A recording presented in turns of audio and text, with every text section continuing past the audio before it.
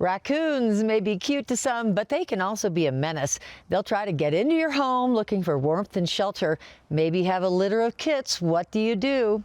I'm Shannon Lukens for Mountain TV. In our weekly segment with Colorado Parks and Wildlife, we learn more about raccoons with District Wildlife Manager David Rehaksuma. I'm David Rehaksuma with Colorado Parks and Wildlife, and I'm a District Wildlife Manager here in Steamboat Springs, where we have an incredible variety of wildlife like we do throughout our state. Now, CPW's role managing those wildlife is going to differ from species to species, and based on where you're at, there might be a variety of rules and regulations, so do make sure to contact your local Parks and Wildlife office if you do have any questions about that, or where to go if you do have conflict or something like that, potentially with one of these species. The first animal that I'm going to talk about today are our raccoons.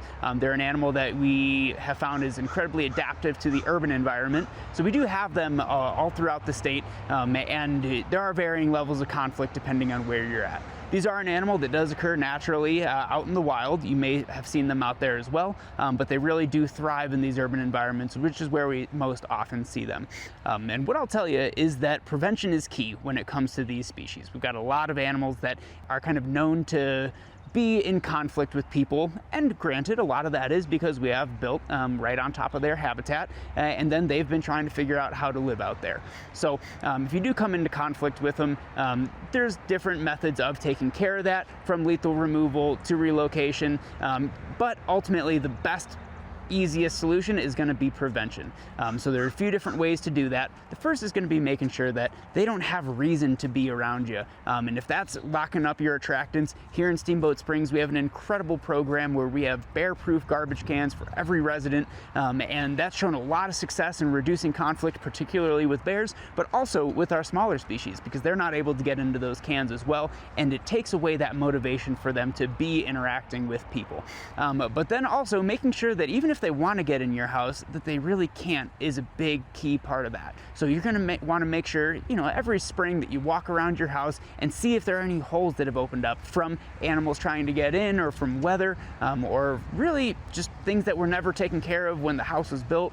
Often there are these little gaps that we don't think of as accessible, but these guys sure might, and especially in places where you have these deep cold winters, something like an attic where there isn't much human movement, or something like a deck that they can get underneath to get out of the elements. If you're a raccoon, you would think that that's a fantastic place for you to be.